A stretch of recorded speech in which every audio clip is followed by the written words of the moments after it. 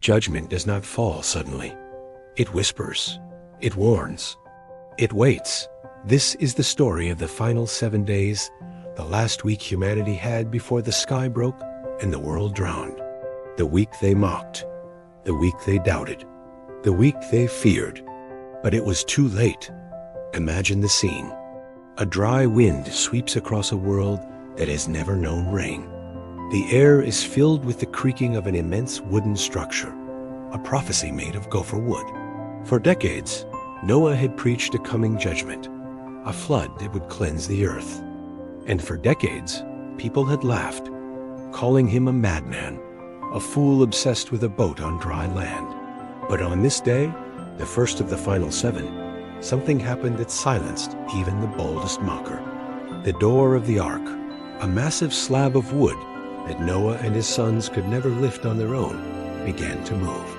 It closed, slowly, deliberately, shut by an invisible hand.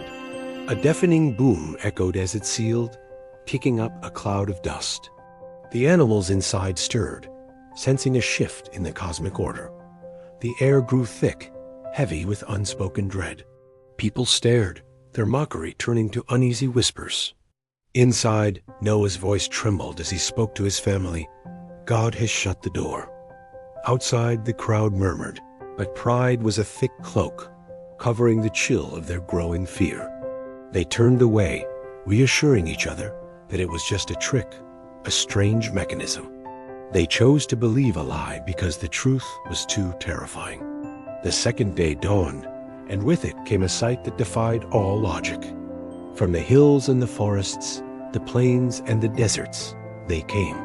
Animals in pairs, marching toward the ark, as if drawn by an unheard melody. Lions walked beside deer, wolves beside sheep. Eagles landed near sparrows. Nature itself was obeying a command that humanity had defiantly refused to hear. The perfect order of the procession was an undeniable miracle. Children pointed in wonder, but their parents quickly pulled them back, scoffing, "Look at the old man's circus. He's trained them." They tried to rationalize the impossible, to fit God's power into the small box of their understanding. But that night, as a strange, howling wind whipped through the valley and the moon glowed in ominous, blood red, a seed of doubt began to sprout in the darkness of their hearts.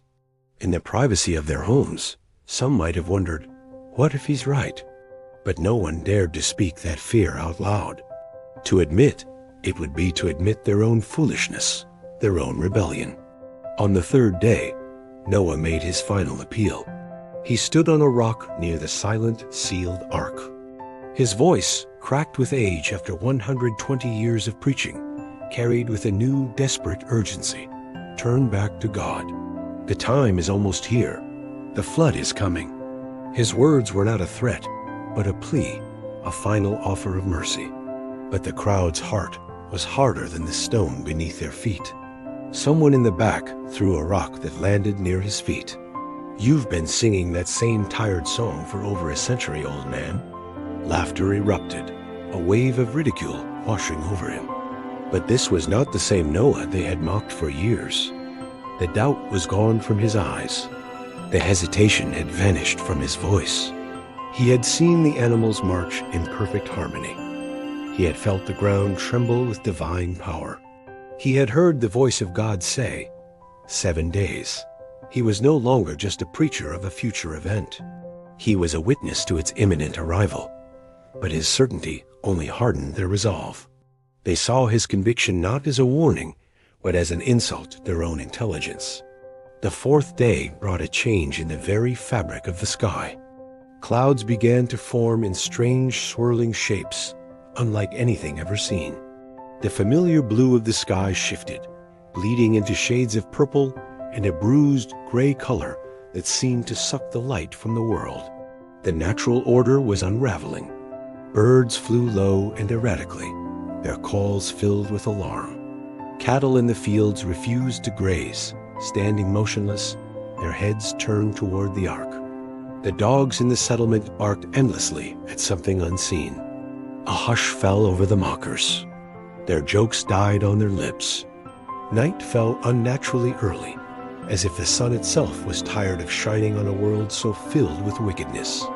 Inside their homes, women clutched their children a little tighter. Men stepped outside again and again, checking the strange new sky. But still, there was no rain.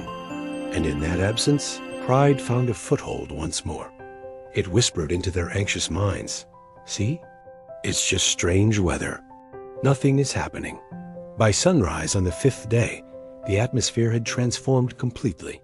The wind, which had howled just nights before, stopped.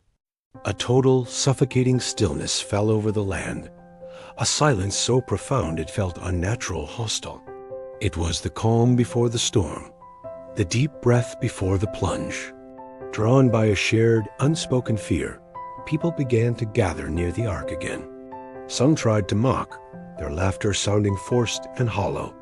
Others just stood and stared, their eyes betraying the terror they refused to voice. They were trapped between their pride and a growing premonition of doom. Inside the ark, sealed in their wooden sanctuary, Noah and his family prayed.